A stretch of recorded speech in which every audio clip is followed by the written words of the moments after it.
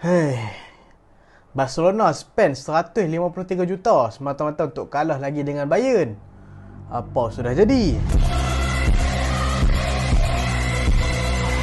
Assalamualaikum dan selamat datang ke Pala Bola Studio. So hari ni kita nak review lah beberapa game UCL yang telah berjalan. Macam kita tahu malam tadi UCL is back. Macam-macam perlawanan telah berjalan. Tapi aku nak review 3 game ni dulu, iaitu Spurs berhadapan dengan Sporting Lisbon, di mana mereka dikejutkan dengan kekalahan 2-0. Dan Liverpool lawan Ajax, dan gol last minute tu telah menyelamatkan Liverpool daripada seri dan dibahan lagi. Nasib baiklah menang.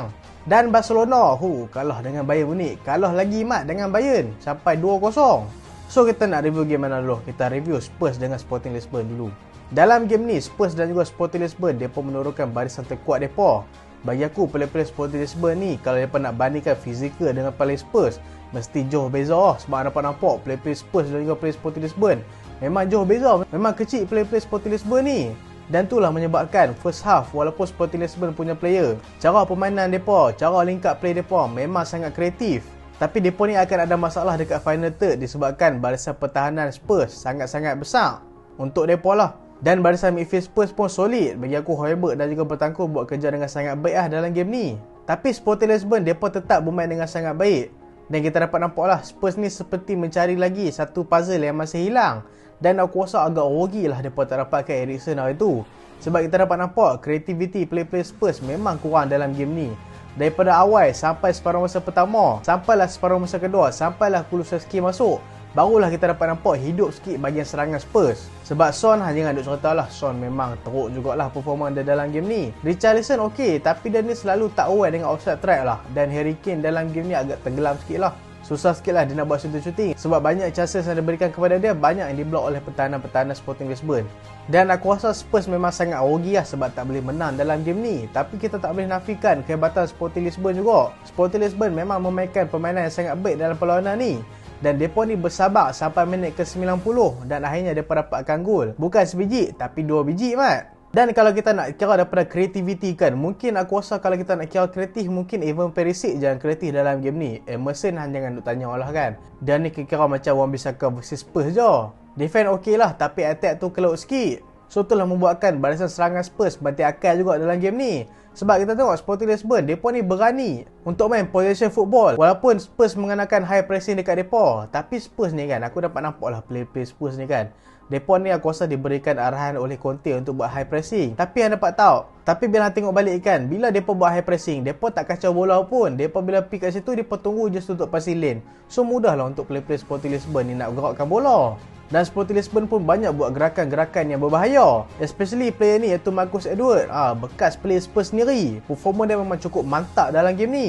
Dalam game ni, 90% passing accuracy daripada Marcus Edwards. 3 shot, 2 chance creation dan juga 1 shot on target. Yang dibuat oleh Marcus Edwards memang membuktikan lah dia memang seorang player yang sangat hebat. Dalam game lepas waktu lawan Marseille pun dia score gol juga. Dan dalam game lawan Spurs ada satu gerakan yang hampir-hampir membuatkan dia ni nak score gol. Tapi finishing dia kurang sikit lah. Itulah membuatkan dia tak boleh skor. Tapi dia ni memang sangat baik lah. Mungkin future nanti dia akan menjadi pemain hebat lah. Ataupun dia mungkin akan dapat call out daripada England, kita tak tahu lah kan.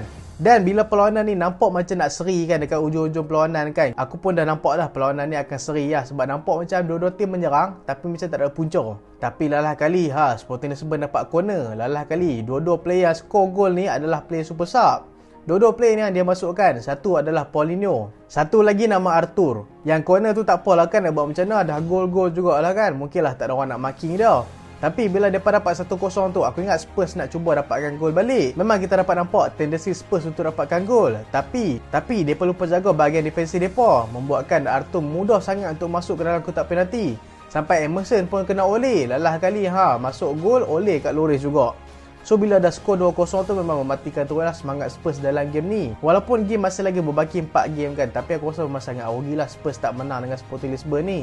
Tapi tak apalah, lawan dekat tempat mereka kan. Kita tengoklah game nanti macam mana. Sebab Spurs bagi aku performa mereka masih lagi sangat goyah lah. Walaupun performa mereka boleh dikatakan okey, disebabkan player-player macam Heung-min Son tak perform dengan sangat baik. Sebab macam kita tahu musim lepas Spurs memang bergantung gila dengan Heung-min Son dan juga Harry Kane. Dan juga dibantu oleh Dejan Kulusevski. Tapi musim ni kita dapat nampak lah Harry Kane dan juga Kulusevski je yang boleh function. Son memang tenggelam sikit lah. Tak tahu lah pasal apa, dia ada masalah keluarga ke, kedekatan nak kahwin ke, ayah dia tak bagi ke, tak tahu lah kan. So itulah Spurs kalah 2-0. Aku rasa ni kekalahan yang sangat rugi lah dan memang mengejutkan lah. Walaupun Sporting Lisbon ni kuat kan, tapi aku rasa Spurs lagi layak menang lah. Tapi kalau kita tengok performance, Sporting Lisbon deserve untuk menang dalam game ni. So Liverpool lawan Ajax pula. Kalau hampa tengok game ni memang hampa tak ngantuk lah. Memang game ni game yang berintensiti tinggi. Ajax dan juga Liverpool saling berbalas serangan. Tapi Liverpool dalam game ni lebih dominan lah. Walaupun musim ni Liverpool masih terumbang-ambing, tapi rekod mereka dekat Anfield masih lagi boleh dikatakan bagus. Sebab last 3 game mereka dekat Anfield, mereka bantai bernomor sampai 9-0. Comeback last minute ketika berhadapan dengan Newcastle United. Dan kali ni lawan Ajax, mereka comeback pula 2-1. Dan Liverpool sebenarnya aku rasa boleh skor lagi banyak gol dalam game ni. Tapi disebabkan kehebatan Juren Timber dan juga Calvin Bassey menjaga barisan pertahanan Ajax ni, membuatkan Liverpool sangat susah untuk skor.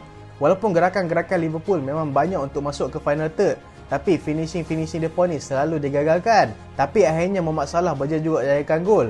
Dan aku rasa Ajax ni mereka buat kesilapan lah. Mereka main highline ketika berhadapan dengan Liverpool. So memang senang lah Liverpool nak counter. Dan kita tahu dalam game ni memang Ajax bermain dengan high intensity yang tinggi, high pressing dekat Liverpool. Kira Liverpool high pressing kat mereka pun high pressing dekat Liverpool. Mereka ni tak takut lah walaupun main kat Anfield. Tapi itulah bila mereka main high pressing dan juga high line, benda tu akan makan sendiri lah. Lala kali bola clearance daripada Alisson dapat dekat Jota, Jota passing dekat Salah, lala kali Salah skor. Senang je. Dan kalau aku tak silap, Salah ni dah lama dah tak skor dalam UCL. Dan akhirnya dia kembali skor balik lah bila lawan Ajax ni. Dan finishing dia memang sangat baik. Dan Liverpool memang ganah dalam game ni, buat 24 shot dan 10 shot on target. Manakala Ajax berjaya buat 3 shot dan 1 shot on target, tapi 1 shot on target tu gol lah. So bila Liverpool dah leading 1-0, Ajax masih lagi bermain dengan cara yang sama. Dan akhirnya bola dapat dekat Muhammad Kudus. Player ni padu laju, keras. Dan finishing dia aku rasa gol ni, cantik lah gol ni. Dia dapat bola, dia turn sikit je, lepas tu dia terus shot. Aku rasa Alisson Becker pun tak expect dia nak shoot. Aku pun tak expect dia nak shoot daripada situ. Aku rasa mungkin lah dia nak tolak sikit bola tu, lepas tu nak shoot. Tak, dia turn sikit lah, lepas tu dia shoot terus. So satu sama. Dan selepas tu Ajax ni main bertahan lah, disebabkan mereka ni tak mau bolos lagi daripada Liverpool. Sebab macam kita tahu lah, Liverpool kalau main kat Anfield memang kebai lah. Memang kebai gila-gila. Dan Liverpool main daripada segenap cara. Main daripada bahagian Luis Diaz, main daripada bahagian Salah. Lepas tu tak boleh masukkan Firmino dan juga Diaz pula kan. Diaz, tapi dia dalam gini aku rasa macam kurang lagi lah dia ni kan. Apa rasa dia okey ke dalam game ni kan? Aku nampak macam dia tak okey lah. Sebab setiap gerakan Liverpool kalau dapat bola dekat dia mesti terhenti. Tak tahulah apa siapa Diaz ni kan. Mungkinlah dia ni gugur ataupun dia ni terbeban dengan prestasi, ataupun terbeban dengan price tag dah, ataupun terbeban dengan troll orang lain kan. Dia ni banyak main Twitter sangat ni. Tapi akhirnya kegembiraan fans-fans Manchester United ni tengok Liverpool nak seri. Akhirnya dapat gol juga. Tandukan padu daripada Matip. Walaupun berjaya dihalang oleh player Ajax, tapi dah masuk dalam line dah. Memang tak boleh nak halang lah. Kawan tu tanduk keluar, tapi dah lepas line dah. Lepas banyak jugalah. Dan ref pun dah sahkan gol tu. Memang Liverpool comeback lah 2-1 dalam game ni. Dan Tsimikas dalam game ni, aku rasa macam dia membuatkan Robertson ni tak dirindui lah.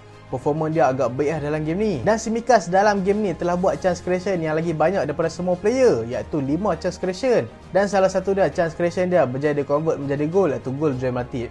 Dan Liverpool dalam game ni bagi aku memang solid lah. Matip dan juga Van Dijk memang solid. Sebenarnya dalam game-game lepas pun aku rasa Liverpool solid juga. Tapi disebabkan kalau tapi Napoli tu tak solid lah, memang teruk lah. Joe Gomez, Arnold memang teruk tentu. Tapi dalam game ni memang dapat nampak mereka comeback. Dan aku rasa mereka akan terus comeback lah lepas ni. So itulah Liverpool menang 2-1. Dan game terakhir Barcelona lawan dengan Bayern. Aku rasa Barcelona ni pancit awal mat. Pancit awal teruk lah. Separuh masa pertama cukup baik performa mereka. Attack dengan kau-kau. Play-play seperti Dembele dan juga Rafinha memang hidup dekat bahagian kanan dan juga kiri. Lewandowski pun banyak gila chance untuk skor dalam game ni, tapi selalu sangat off target dan juga diselamatkan oleh Manuel Neuer. Lani Manuel Neuer adalah antara keeper yang paling banyak clean sheet dalam UCL. Dia dah berjaya pintas rekod Gianluigi Buffon dengan 53 clean sheet. Hanya kalah di belakang Iker Casillas je, 57 clean sheet.